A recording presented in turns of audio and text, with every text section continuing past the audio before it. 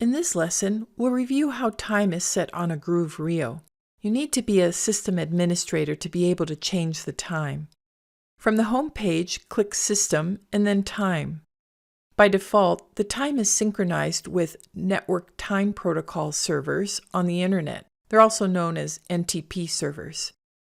In order for this to work, you need to have a gateway to the Internet set up in your network settings. It's a good idea to have more than one NTP server set up so that they work as backups of each other. These are the default time servers, but you can specify others.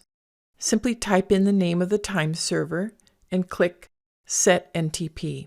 They're accessed in the order shown.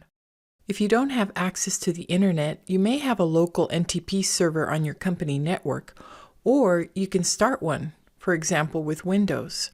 You can enter its IP address or hostname as a server, and your GRV-RIO will have accurate, synchronized time. You can manually set the time as well. This is handy if you want to test any time-sensitive features that are programmed on the GRV-RIO. Keep in mind, manually setting the time will log out any users that are signed in.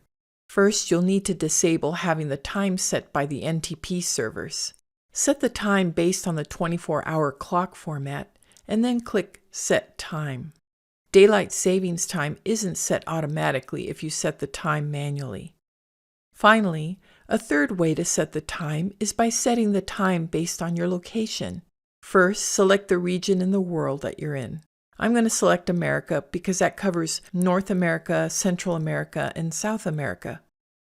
Click Locality to select a city that's within the time zone you want to choose. Then click Set Zone to set time zone. When you're done setting the time, click System and then Home to get back to the home page. You now know how to set the time on a GRV-RIO unit.